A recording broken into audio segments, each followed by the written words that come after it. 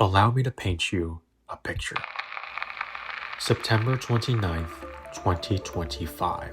The Zenless Zone Zero 2.3 Special Program. A showcase of the long-awaited support dedicated for Rupture, Lucia, along with 2 Rupture agents, Idhari and Monito. But that doesn't matter. After the banners were announced, the dev team teased 4 new agents, characters the player base hadn't seen before.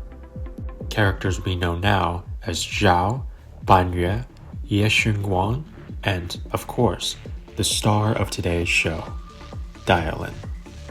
The girl who broke the game. Up until the release of version 2.4, most of the stunners in Zenless were actually fairly viable. Even in a miasma-heavy environment where Rupture reigned absolute, attack stunners like Lighter and Trigger were still held as reliable teammates at tier 0.5, while tier 1 stunners included older names like Lycaon, Qingyi, and Pulchra. Of course, the most recent stunner release, Fufu, reigned supreme at tier 0, albeit a dubious placement in my opinion. More importantly, all of these stunners may have different mechanics and different use cases, but they all have one thing in common. They do exactly what we expect a stunner to do. Stun. Of course, they provide some buffs or debuffs as well, but that's completely to be expected in the realm of a supporting agent. And that's it. No more, no less. During this era, the relationship between a stunner's strength and their versatility was expected to have a relatively negative correlation. In other words, meta characters are expected to fall somewhere onto this meta line, while non-meta characters likely fall somewhere below. To illustrate this relationship more clearly, let's use Lighter and Fufu as an example, and place them onto this meta line. Lighter is specifically designed to partner with fire and ice attack units. He has a very high level of strength when paired with these units, but his versatility, due to this limitation in his kit, is relatively low. Fufu, on the other hand, is able to team up with any attack or Rupture unit, but her performance pales in comparison to Lighter when placed in fire and ice attack teams. High versatility, low strength.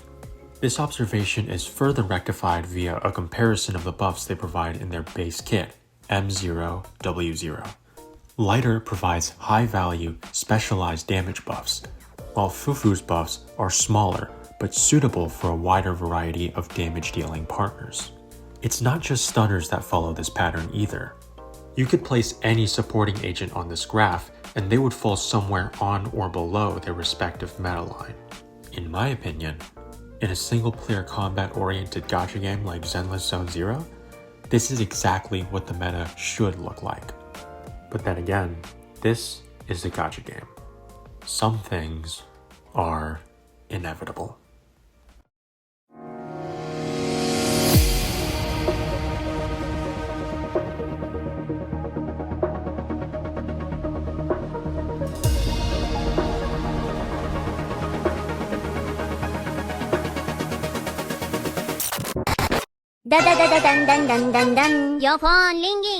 November 26th, 2025.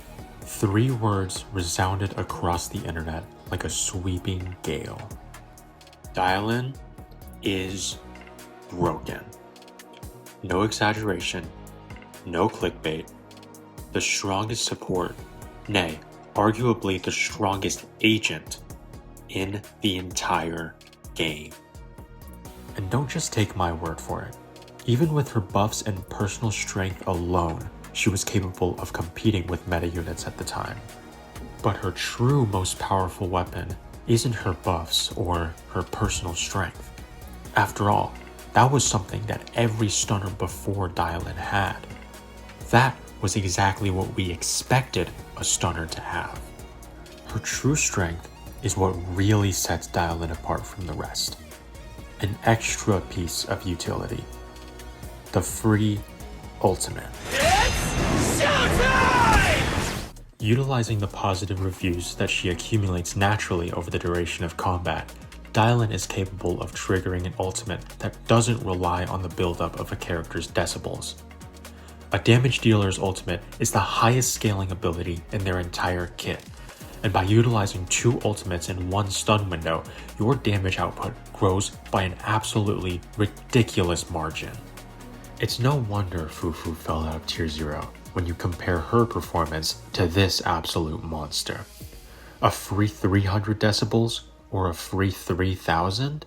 I mean, come on. As you may have guessed, this spike in strength and the addition of utility are not uncorrelated in the slightest.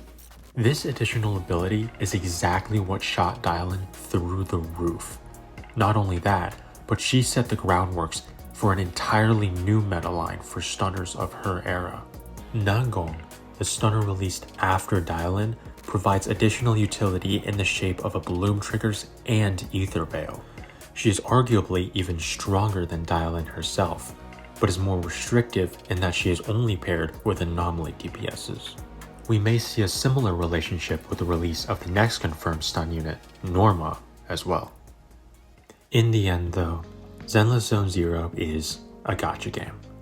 To that end, power creep is, unfortunately, to be expected. On the bright side, HOYOverse is open to buffing characters, although some of the Zenless buffs haven't exactly been super ideal for their performance. As for my final thoughts, I think it would be cool to see them add new mechanics and utility to older characters.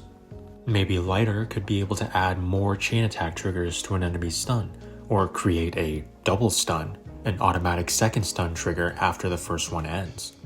Maybe Trigger could repeat a character's aftershock damage, or convert an on-field unit's damage into aftershock damage. I don't know for sure, I'm not a game dev. But it would be nice to see some of the older characters find their place in the spotlight.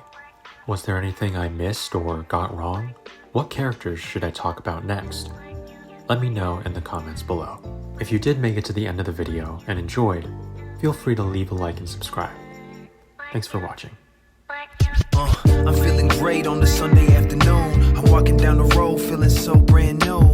I turn the music up loud in my headphones and let the rhythm take me up to the moon. I just moved to a brand new city. The light shining bright, the sky's too pretty. And now it's time to live life to the max, focusing on my dream and I'm never looking back.